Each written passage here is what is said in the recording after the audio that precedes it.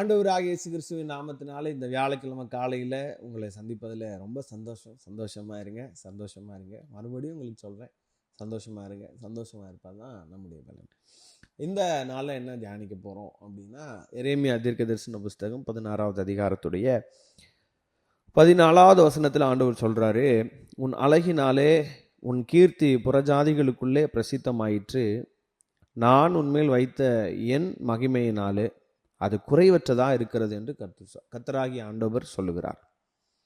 இங்கே நம்ம வாசிக்கும் போது ஆண்டவர் எருசலேமை பார்த்து ஆண்டவர் சொல்றாரு, அவருடைய அழகெல்லாம் வர்ணிச்சுட்டு ஆண்டவர் சொல்றாரு, உன் அழகுனால நீ ரொம்ப பிரசித்தமாயிற்ற, இந்த அழகு சாதாரணமா வரல, என் மகிமையினால அது குறைவற்றதா இருக்கிறது அப்படின்னு சொல்லி எருசலேமுடைய அழகை குறித்து அங்கே எரேமியா தீர்க்கதரிசியை கொண்டு எருசலேமுக்கு ஆண்டவர் பேசுகிற காரியங்களை நமக்கு எல்லாருமே நம்ம இங்கே வாசிக்கிறோம். அப்போது நம்முடைய வாழ்க்கையில் இந்த மகிமை நம்மை என்ன பண்ணும் அப்படின்னா, ஆண்டவர் நம்ம மேலே மகிமை வச்சுட்டார் அப்படின்னு சொன்னால் அந்த மகிமை நம்முடைய வாழ்க்கையை தலைகளாக மாற்றிடும். இந்த மகிமைக்கு வேல்யூ ரொம்ப அதிகம். அதான் ஆண்டவர் சொல்லி, என் மகிமை நான் வேற ஒருத்தருக்கு கொடுக்க மாட்டேன் அப்படின்னு சொன்னவர். புதிய ஏற்பாடில் நம்ம வாசிக்கும் போது ஆண்டவர் சொல்கிறாரு, இவர்களும் என்னோடு கூட இருக்கும்படிக்கு நீர் எனக்கு தந்த மகிமை நான் இவர்களுக்கு கொடுத்தேன் அப்படின்னு சொல்கிறார். அப்போ அவருடைய மகிமையை நமக்குள்ளே தந்ததுனால நம்முடைய வாழ்க்கை ரொம்ப ஆசீர்வதிக்கப்பட போகுது. நம்ம எரேமியாவின் தீர்க்கதரிசன புஸ்தகத்துடைய 30வது அதிகாரத்தில் அதோடைய 19வது வசனத்தில் வாசிக்கும் போது ஆண்டவர் இஸ்ரவேல் யூதா ஆகிய நம்முடைய ஜனங்களை சிறையிருப்பை திருப்பும் போது ஆண்டவர் நிறைய காரியம்லாம் செஞ்சுட்டு சொல்கிறாரு. அங்கே 19வது வசனத்துடைய கடைசியில் சொல்கிறாரு, அவர்களை மகிமைப்படுத்துவேன், அவர்கள் சிறுமைப்படுவது இல்லை. இப்போ அவருடைய மகிமை நமக்குள்ளே வந்துருச்சு அப்படின்னா ஆண்டவர் செய்கிற காரியம் என்னன்னா, அவர் உங்களை மகிமைப்படுத்துவார், உங்களை ஆசீர்வதிப்பார், உங்களை உயர்த்துவார், உங்களை மேன்மைப்படுத்துவார். நீங்கள் ஒன்ஸ் மேலே போயிட்டீங்கன்னா கீழே வரவே மாட்டீங்க.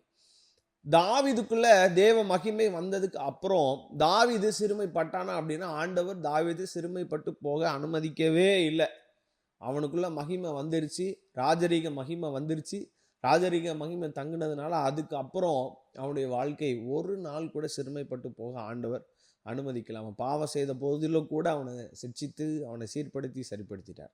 அப்போ இந்த மகிமை நம்முடைய வாழ்க்கையில ஆண்டவர் தந்துட்டாரு, இந்த மகிமை ஆண்டவர் நம்ம மேல வச்சுட்டாருன்னு சொன்னா நாம சிறுமைப்பட்டு போக மாட்டோம், நம்ம மேன்மை அடைஞ்சுக்கிட்டே இருப்போம். இந்த மகிமை நம்மை மேன்மைப்படுத்திக்கிட்டே இருக்கும். அதனால நம்முடைய வாழ்க்கைக்கு தேவையான, நம்முடைய வாழ்க்கை ஆசீர்வாதிக்கப்படணும் அப்படின்னு நமக்கு தேவையான ஒன்று இந்த மகிமை. அதனால தேவ பிள்ளைங்களே, ஆண்டவர்கிட்ட நீங்க கேட்க வேண்டிய காரியம் என்ன தெரியுமா? ஆண்டவரே உங்களுடைய மகிமையை எங்கள் மேலே வைங்க அப்படின்னு சொல்லி நம்ம கேட்க போகிறோம். நம்ம வசனத்தை வாசித்தோம் இல்லையா, உன் அழகுனால நீ பிரஸ்தாபப்பட்ட, பிரசித்தி பெற்ற ஒரு நாடாக மாறிட்ட, பிரசித்தி பெற்றவளாய் மாறிட்ட, அது உன் அழகுனால இல்லை, அது நான் வற்ற அந்த மகிமையினால குறைவற்றதாக இருந்ததுனால. அப்போது நம்ம மேலே ஆண்டவர் வைக்கிற மகிமை குறைவற்றது. அது என்ன பண்ணும் அப்படின்னா, உங்களுடைய வாழ்க்கையில் இருக்கிற ஆண்டவர் கொண்டு வருகிற எல்லா ஆசீர்வாதங்களும் குறைவற்றதாக மாற்று. அதனால் தேவ பிள்ளைங்களே, ஆண்டவர் தருகிற அந்த மகிமையை கேளுங்க. ஆண்டவரே, இந்த மகிமை எங்கள் மேலேயும் வைங்க, எங்கள் வாழ்க்கையில் வைங்க, எங்கள் குடும்பத்தில் வைங்கன்னு ஜெபம் பண்ணுங்க. ஆண்டவர் உங்களை ஆசீர்வதிக்க போகிறார். God bless you.